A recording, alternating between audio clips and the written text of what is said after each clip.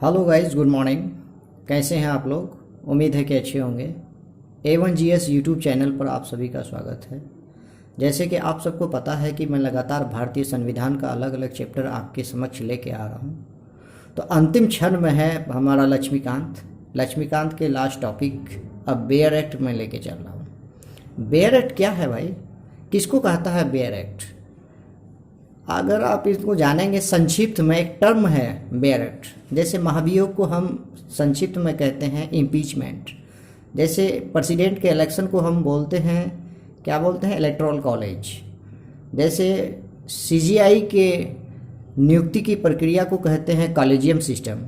तो सेम उसी प्रकार हमारे भारतीय संविधान में आर्टिकल 1 से लेके 391 तक, आर्टिकल 1 से लेके 395 तक के आर्टिकल को हम बेयर एक्ट कहते हैं। क्या कहते हैं? बेयर एक्ट बोला जाता है। तो आज हम लेके चल रहे हैं आपको बेयर एक्ट यानी आर्टिकल, अनुच्छेद, मतलब संक्षिप्त में कि जो एग्जाम पॉइंट ऑफ व्यू से इम्पोर्टेंट है।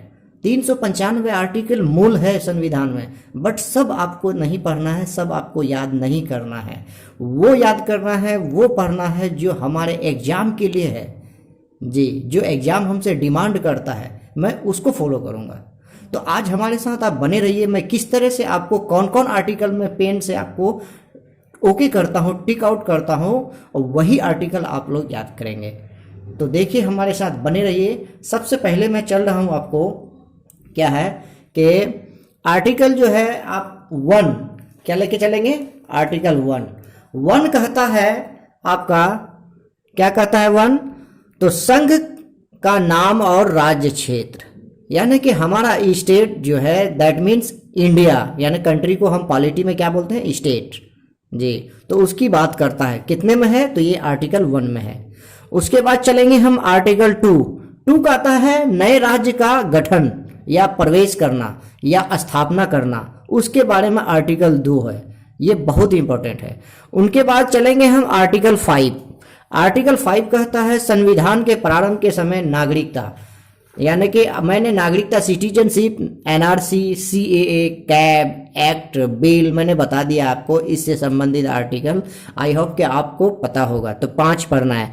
उसके बाद आपको पढ़ना है, याद करना है 15 आर्टिकल। कितना? 15। बहुत ही एग्जाम पॉइंट ऑफ व्यू से, चाहे ये आपका SSC हो, रेलवे हो, बैंकिंग हो, UPSC हो, स्टेट PCS हो या SI हो, किसी भी स्टेट लेवल का एग्जाम हो या कोई भी यूनियन पब्लिक सर्विस कमीशन का एग्जाम अगर होता है, तो उसमें आर्टिकल 15 जो है इतना इंपॉर्टेंट है, इतना इंपॉर्टेंट है कि जितना बोलूं उतना कम है भाई। तो आर्टिकल 15 क्या कहता है? तो धर्म, मूल, वंश, लिंग, जाति का बात करता है ये, ठीक है। नेक्स्ट चलेंगे हम आर्टिकल 16 क्या कहता है? अवसर की स्थापना, उसको, यानी जैसे आप पढ़े लिखे हैं, आप पढ़ाई करते हैं, तो आपको अवसर दिया जाता है नौकरी में अप्लाई करने के लिए, वैकेंसी में अप्लाई करने के लिए। नेक्स्ट चलते हैं हम आर्टिकल 17 कहता है अनटचेबिलिटी, जिसको स्पर्शीयता का उन्मूलन, छुआछूत कहते हैं, बहुत इंपॉर्टेंट है। नेक्स्ट चलते हैं हम आर्टिकल 18 कहता है उपाधियों का अंत। जैसे अंग्रेज हमारे यहाँ आए थे तो उपाधि दिया करता था, उपाधि को समाप्त करने के बाद हमारे यहाँ जो है अवार्ड में बदल दिए गए, जैसे सर्वोच्च नागरिक सम्मान, जैसे खेल रत्न अवार्ड, इस तरह से। नेक्स्ट चलेंगे हम आर्टिकल 19 कहता है कि आपको प्रेस की आजादी देता है। हमारा कंट्री है, हमको फ्रीडम दिया है, आजादी बोलने का, कुछ भी बोलने का। हाँ, लेकिन एक कंडीशन है कि जो आपके संविधान में कहता है उसके अकॉर्डिंग आपको बोलना है। नेक्स्ट चलेंगे हम आर्टिकल 20 कहता है कि कोई अगर अपराधी करता है, जब तक उसको सिद्ध नहीं होता तब तक आप उसको FIR उस पर नहीं कर सकते हैं। आर्टिकल 21 कहता है कि आपको फ्रीडम है, राइट टू लाइफ, यानी जीने का अधिकार, अपने मर्जी से कुछ भी करने का अधिकार, हाँ, संविधान के अकॉर्डिंग। नेक्स्ट चलेंगे हम आर्टिकल 21 सब क्लोज 1 या सब क्लोज A, जिसको क बोलते हैं। 6 वर्ष से लेके 14 वर्ष तक के सभी बच्चों को निःशुल्क शिक्षा की प्रावधान किया गया है गवर्नमेंट। आज किसी भी गवर्नमेंट के स्कूल में 6 साल से लेकर 14 साल के बच्चों को खाना पीना, मिड डे मील सब फ्री दिया जाता है। ये किस आर्टिकल के तहत है? तो 21 का ए में है, याद रखिएगा। नेक्स्ट है आपको आर्टिकल 24, यानी कि कोई भी बच्चा है अगर वो नाबालिग है, 14 साल से नीचे है, 18 से नीचे है, पढ़ाई नहीं करते हैं, उसको किसी कारखाने में अगर आप काम करते देखते हैं या पकड़े जाता है वो, तो उसको किस आर्टिकल के तहत उस पर विरोध होगी? तो आर्टिकल 24 के तहत। तो चलिए नेक्स्ट में चलते हैं आप आपको लेके।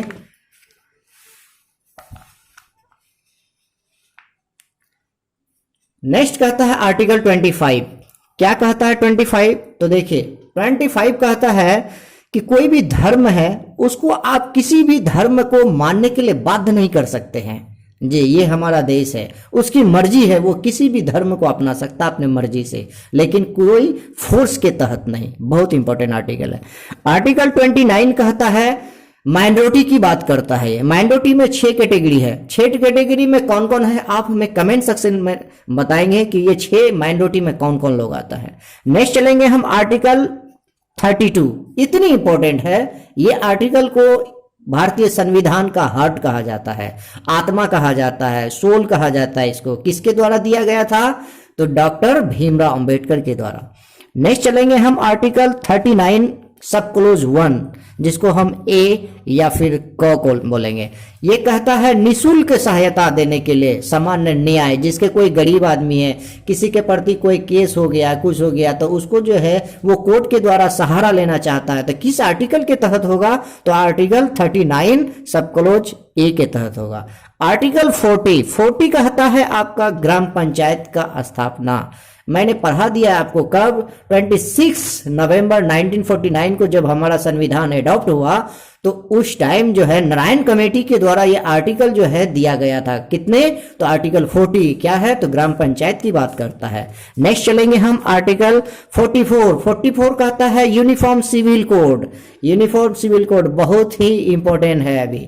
नेक्स्ट चलेंगे हम आर्टिकल 45 कहता है 6 वर्ष से कम आयु के बच्चों को बालावस्था में देखभाल के लिए प्रावधान किया गया है।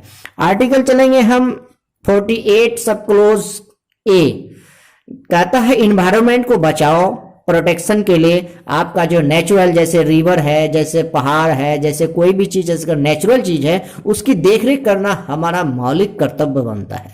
नेक्स्ट चलेंगे हम आर्टिकल 51 ए, यानी फंडामेंटल ड्यूटीज, मूल कर्तव्य। क्या है भाई?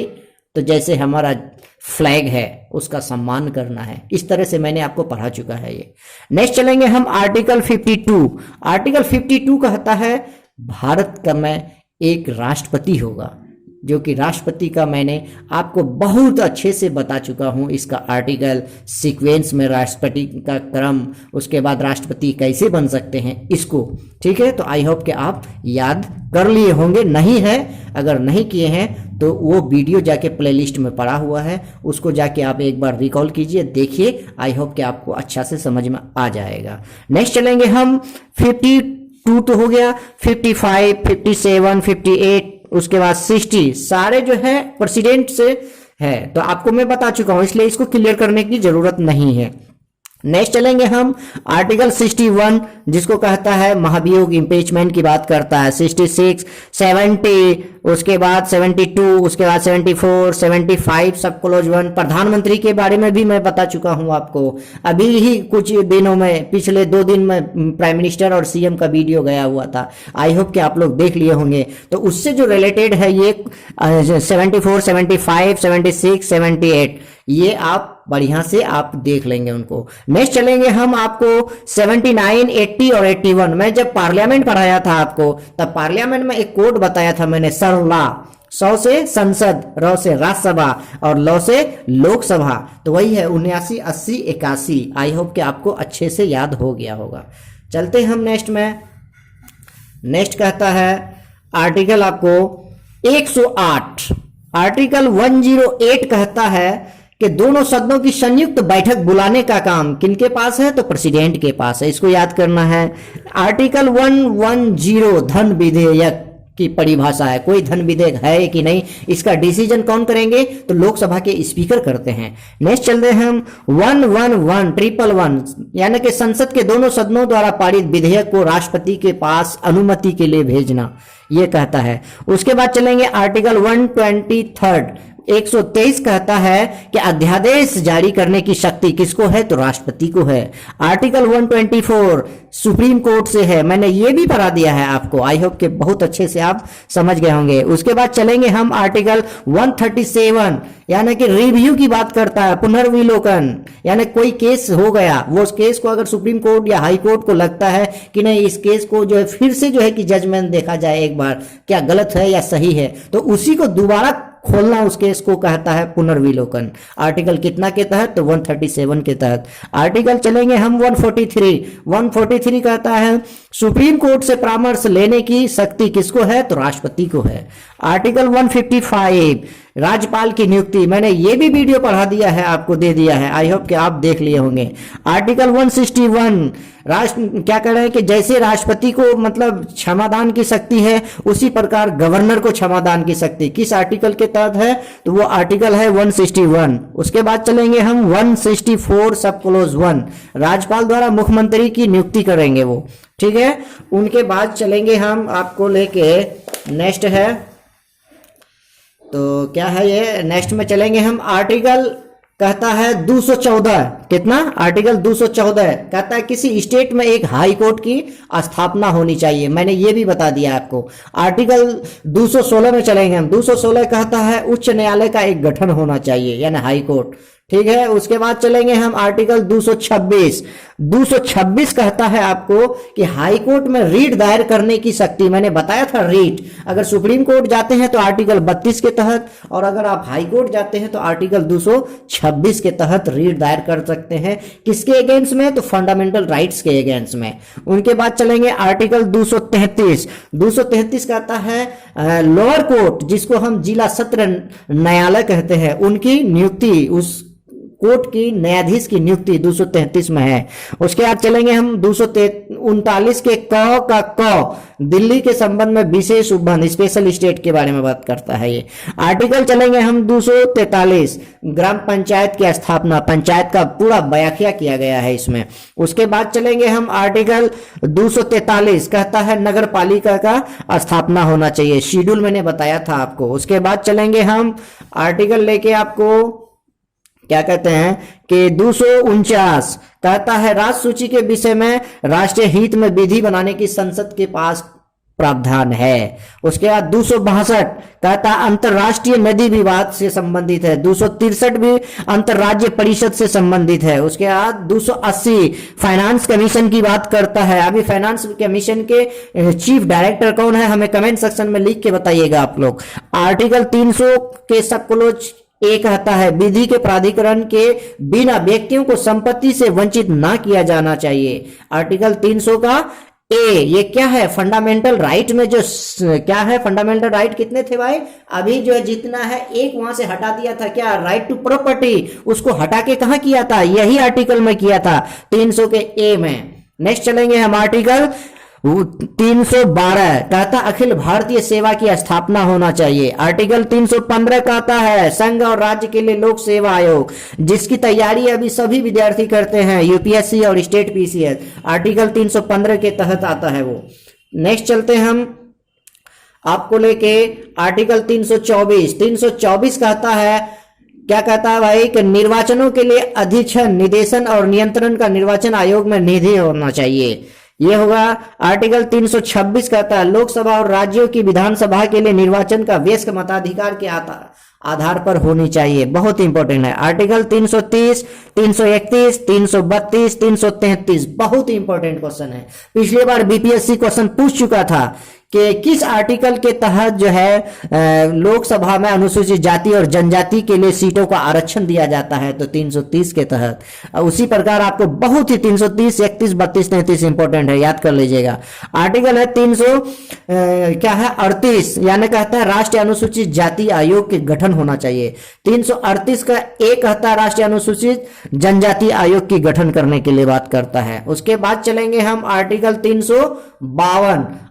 352 कहता है भाई बहुत इंपॉर्टेंट है, राष्ट्रीय आपातकाल, यानी क्या कर रहा है कि प्रेसिडेंट के द्वारा जो लगाया जाता है रूल, जैसे क्या कैसे लगेगा, तो किसी स्टेट के द्वारा यानी कि किसी कंट्री के द्वारा अगर युद्ध हो जाता है, कोई बाहरी आक्रमण हो जाता है, उसके कारण जो है आर्टिकल 352 के तहत लगाए जाते हैं। आर्टिकल 356 कहता है, क्या कहता है कि राष्ट्रपति शासन। तो कैसे होगा? राज्यों में संवैधानिक तंत्र के विफल हो जाने पर, जैसे कोई स्टेट है वहां की सरकार जो है, गवर्नर जो है देखरेख करते हैं, वो किनको रिपोर्ट करते हैं? राष्ट्रपति को, कि यहाँ की सरकार जो है कहना नहीं मानते हैं, अपने मनमर्जी से काम चलाते हैं या बहुमत साबित नहीं है, तो राष्ट्रपति शासन लागू करते हैं।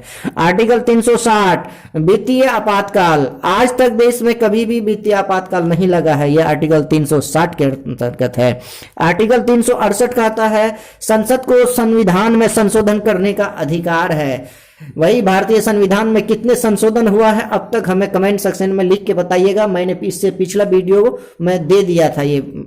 आर्टिकल 370 कहता है जम्मू कश्मीर राज्य के संबंध में अस्थायी उपबंध होना चाहिए। तो 370 आर्टिकल तो वहां से अभी जो रिमूव कर दिया गया है। कब किया था ये भाई? यूनियन स्टेट में कब बदल दिया इसको? तो 31 अक्टूबर, ठीक है। 31 अक्टूबर को क्या होते हैं? तो लौह पुरुष के नाम से जाने जाते हैं सरदार वल्लभ पटेल। उन्हीं के जन्मदिन के अवसर पर जो है कि उसको यूनियन स्टेट घोषित किया है। तो आई होप कि आप लोग बहुत अच्छे से समझ गए होंगे। ऐसे ही हमारे साथ आप लोग बने रहिए। तब तक के लिए धन्यवाद, बाय बाय। जाते जाते मैं कहना चाहूँगा कि हमारा जो भी नए लोग हैं, नए स्टूडेंट हैं, अगर आप A1GS यूट्यूब चैनल को अब तक सब्सक्राइब नहीं किए हैं तो सब्सक्राइब कर दीजिए और बेल आइकन को जरूर दबाइए, ताकि हमारे पास जो ही मतलब वीडियो अपलोड हो आपके पास ऑन स्पॉट नोटिस पहुंच जाए और इसका आप आनंद ले सके। धन्यवाद, बाय बाय।